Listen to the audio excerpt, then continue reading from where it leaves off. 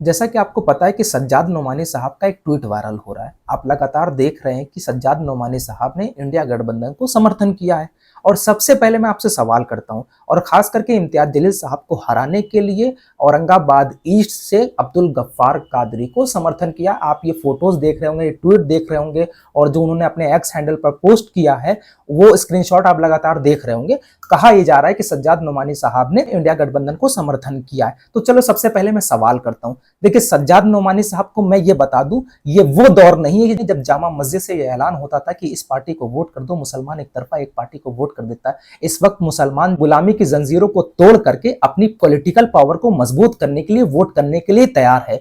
इन पूरे मामले को देखते हुए आपने फिर से चाहा कि मुसलमानों के पैरों में गुलामी की जंजीरें बंधी रहें, मुसलमानों के जबानों पर ताले लगे रहें। अगर कोई बोल रहा है, उनके हक में लड़ रहा है, तो बस आप जैसे उलमा आएंगे, इस तरीके से मुस्लिम लीडरशिप को कमजोर करने की कोशिश करेंगे। तो सबसे पहले सज्जाद नोमानी साहब, मेरा आपसे सवाल है, क्या ये देश में तानाशाही चल रही है? देश में मुगल सल्तनत चल रही है? इस देश में राजशाही चल रही है या देश में लोकतंत्र है? आप तो उलेमा है ना, आपको तो ये ऐलान करना चाहिए कि मुसलमानों, अगर तुम्हें बेहतर जो लगता हो, तुम्हारे हक में जो बेहतर प्रत्याशी हो, तुम उसके हक में मुस्तक़ा तौर पर वोट करना।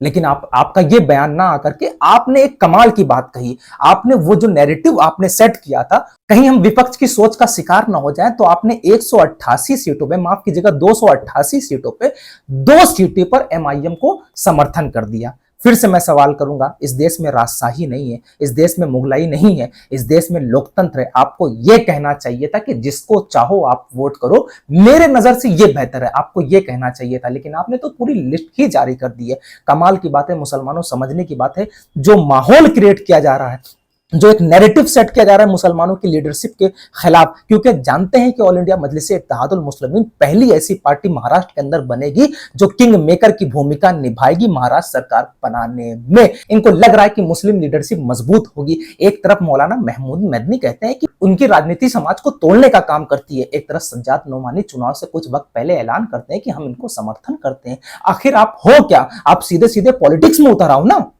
देखिए, मैं आपकी बहुत इज्जत करता हूं, आपका बहुत सम्मान करता हूं, आपकी जूतियां मेरे सर का ताज हैं, आप उलेमा हैं। लेकिन जब अगर आप सियासी तौर पर आएंगे, अगर मुस्लिम लीडरशिप को कमजोर करने की कोशिश करेंगे, आप मुस्लिम लीडरशिप को तोड़ने की कोशिश करेंगे, मुसलमानों को अपाहिज यतीम बनाने की, पॉलिटिकल यतीम बनाने की साजिशें रचेंगे, तो हम जैसे लोग सामने आएंगे। मुसलमानों, तुम सोच समझ करके वोट करना। मैं फिर से कह रहा हूं, आज मैं कहता हूं कि आप एमआईएम को वोट ना करना, लेकिन कुछ वक्त के लिए सोचना।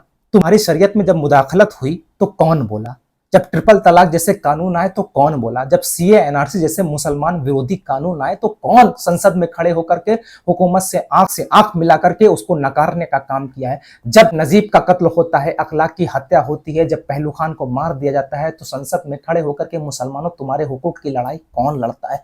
मैं नहीं कहता कि आप ओवैसी को वोट करना, बस ये सोचना कि आज तक तुमने जिसको वोट दिया है, तुम्हारे मुद्दों पर उनकी जबानें खुल रही हैं या नहीं खुल रही हैं, या इन जैसे तथाकथित उलमा जो है वो सर पर टोपी लगा करके, गले में गमछा डाल करके दुनिया को यह बताना चाहते हैं कि हम बहुत बड़े उलमा हैं, मुसलमान हमारे पीछे। वो दौर गया, सुन लीजिए। अब राजशाही वाला दौर नहीं है, ये मुगलई दौर नहीं है, देश में लोकतंत्र है। आपको यही मैं बार बार कह रहा हूं कि आपकी जूतियां हमारे सर का ताज हैं, लेकिन जिस तरीके से आपके एक्स हैंडल पर आज पोस्ट किया है, आपने 288 सीटों में जिन सीटों पर जो है, सभी सीटों पर जो है इंडिया गठबंधन को समर्थन किया है, 2 सीटों पर एमआईएम को समर्थन करके क्या आप हम पर एहसान कर रहे हैं? आपके समर्थन ना करना और करना हमारे लिए कोई मायने नहीं रखता। और अल्हम्दुलिल्लाह महाराष्ट्र की जनता ने यह ठान लिया है कि इस चुनाव में हम अपनी पॉलिटिकल पावर को मजबूत करेंगे, अपनी लीडरशिप को मजबूत करेंगे, ताकि हमारी आवाज जो है सड़क पर भी उठे और सदन में भी उठे, हमारी लीडरशिप मजबूत हो। क्योंकि जब हमारी लीडरशिप मजबूत होगी तभी हम आगे बढ़ सकते हैं।